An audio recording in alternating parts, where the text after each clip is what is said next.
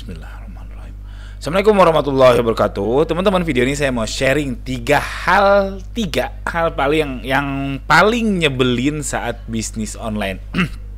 Ini pengalaman saya. Jadi qadarullah, beberapa hari yang lalu saya bikin video tentang tiga hal yang menyenangkan. Alhamdulillah responnya bagus, lucu-lucu. Jadi lucu bukan kocak, bukan lawak ya, tapi lucu karena ternyata orang lain juga merasakan hal yang sama. Jadi ini videonya, silakan teman-teman cek aja. Videonya singkat, cuma 3 menit. Terus di bawah banyak yang komen, lucunya tuh ternyata dia juga merasakan hal yang sama. Dan ya itu, seneng aja banyak yang komen. Jadi teman-teman yang belum nonton itu, saran saya nonton dulu, linknya ada di deskripsi, insya Allah saya taruh. Oke, selanjutnya kita langsung ke konteksnya video ini. Jadi nomor satu yang paling menyebelin buat saya saat bisnis online itu penjualan banyak tapi ternyata nol besar, ternyata uangnya nggak ada, ternyata bingung uangnya kemana. Biasanya ini untuk level newbie yang di bawah 3 tahun nih, kemungkinan besar mengalami hal ini. Laris manis, luar biasa banyak, 1000 paket sehari, lalu pas melakukan pembukuan, uangnya kemana ya lah. Itu saya alami betul, itu 2 tahun lalu, hampir tiap bulan ketika saya pembukuan, tiap pembukuan bulanan, ini kok bingung ini uangnya kemana, aduh masalahnya di mana. Itu 2 tahun lalu hampir tiap bulan. Sekarang nggak tiap bulan ya, paling dalam 3 bulan ya 1 bulan lah kebingungan, kok bisa rugi padahal penjualan baik dan sebagainya. Jadi ternyata setelah pengalaman saya, masalahnya itu ada 2 yang umum ya, pricing sama inventory. Pricing ini ngaruhnya ke apa? Ke diskon, ke voucher, lalu ngaruh lagi ke iklan. Jadi kalau teman-teman ternyata pricingnya masih salah, ini khususnya fashion, kalau ternyata pricingnya masih misalkan cuma margin 5% tapi ngasih diskon gede, ngasih voucher gede, iklan juga, itu berat untuk dapat profit dari jualan online. Kalau cuma 5% seperti ini, kalau marginnya tipis-tipis itu berat, jujur berat. Saya tahu memang nggak gampang bikin produk dengan margin gede. Kalau saya pengalamannya di fashion sih, jadi mohon maaf yang bukan fashion. Kalau fashion lebih mudah sebetulnya karena kita autentik ya, jadi kita bisa bikin produk sendiri, beda sama yang lain dan lain sebagainya. Dan belum lagi kalau misalkan diskon sama voucher ini kalau diminta Shopee sama Lazada, wah kalau Shopee Lazada udah minta tuh nggak ikut, takut nggak laku, ikut boncos dan lain sebagainya. Nah itu mikirin itunya repot, lumayan pusing tapi saya menikmati. Lalu inventory, nah biasanya masalahnya adalah inventory karena uangnya habis dijadikan inventory. Inventory itu ada 3 pada umumnya: raw material, intermediate goods, sama finished goods. Bahan baku, barang setengah jadi, sama barang jadi. Nah teman-teman setidaknya identifikasi dulu deh dari 3 itu. Nah nanti ketemu masalahnya. Jadi ternyata uang saya numpuk di kain. Kalau di fashion, di kain itu di bahan baku. Ternyata bahan bakunya harusnya dihitung juga sebagai aset dan sebagainya. Jadi ketemulah masalahnya. Oke, mudah-mudahan paham. Tapi kalau untuk detailnya yang mengalami hal ini, yang penasaran gimana solusinya, tuliskan aja di kolom komentar di bawah. Rasanya saya udah bikin videonya sih, tapi nggak apa-apa, tuliskan aja di kolom komentar di bawah. Itu nomor 1 yang paling nyebelin, paling bikin kesel ketika bisnis online. Tapi saya menikmati. Yang kedua, nah karyawan udah resign. Karyawan mengajukan resign. Jadi biasanya ada tok, karyawan masuk, "Pak," katanya, "Pak minta waktu sebentar."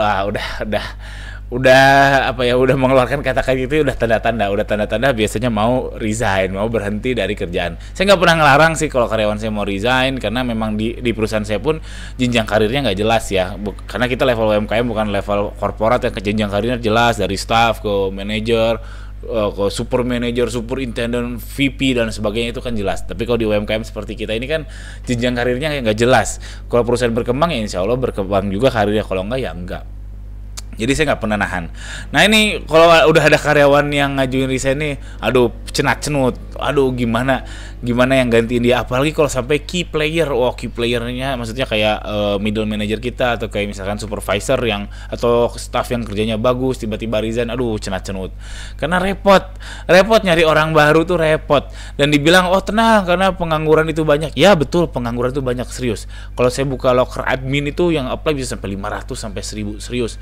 Tapi yang cocok tuh sedikit, serius. Yang cocok tuh nyaris nggak ada. Misalkan dari 1.000 saya sudah shortlist dan lain sebagainya, sisalah 20. Dari 20 tuh nggak semuanya pun dipanggil wawancara datang. Jadi katanya nganggur tapi kok nggak serius ya gitulah. Jadi memang PR besar secara makro tuh menghubungkan antara pengangguran sama lapangan kerja.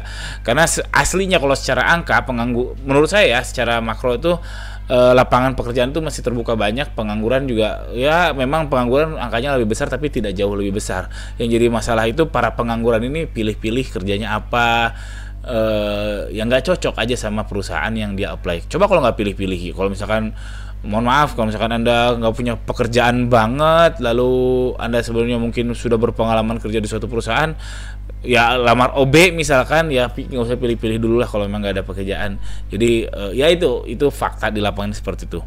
Jadi nomor 2 yang paling bikin saya gemes, itu nyebelin itu adalah ketika karyawan mengajukan resign, karena bikin mumet. Yang ketiga, nah ini saat ini sih buat saya jarang terjadi, tapi dulu sering banget terjadi dan bikin keselnya bukan main. Itu vendor bikin kecewa. Kecewanya apa? Lagi rame, penjualan lagi oke-okenya, bisa sampai 1.000, ya pokoknya lagi oke-oke. Ternyata vendor jahitnya melempem. Kita udah mau produksi banyak, vendor jahitnya melempem. Oh, si penjahit ininya pulang dulu, lagi sakit. Wah, keselnya bukan main. Atau bahan baku habis, aduh, ini lagi laku, bahan bakunya habis, ya Allah. Atau kalau yang dropshipper pasti ngerasain hal ini. Jadi lagi ada pesanan, pas mau dropship, barangnya habis, katanya ada, gimana sih? Wah, mau marah-marah percuma, orang barangnya udah habis. Itulah vendor bikin kecewa, yang bikin kesel. Nah, dan teman-teman harus tahu bahwa bisnis yang kuat itu vendornya juga harus kuat. Ya contohnya Toyota itu kan nggak mungkin dia bikin baut, bikin aluminium yang kecil-kecil itu sendiri oleh Toyota. Toyota mayoritas mungkin assembly aja ya, atau ngerakit aja.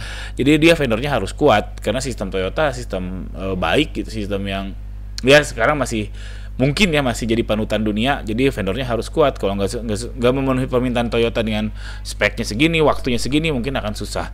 Contoh lagi Apple kan bikinnya bukan di Amerika ya, tapi di Cina, dan di perusahaannya apa ya, lupa. Jadi perusahaan yang di Cina atau Taiwan itu memang yang ngebikin handphone di seluruh dunia, dan itu memang vendornya bagus sekali.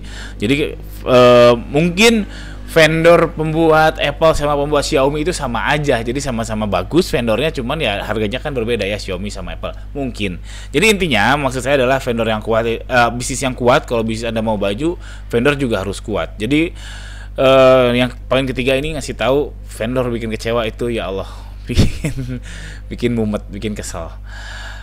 Itu aja tiga hal yang paling nyebelin buat saya saat bisnis online. Meskipun ya harus bersyukur saya menikmati segala prosesnya, tapi 3 ini yang paling bikin mumet, bikin nyebelin saya.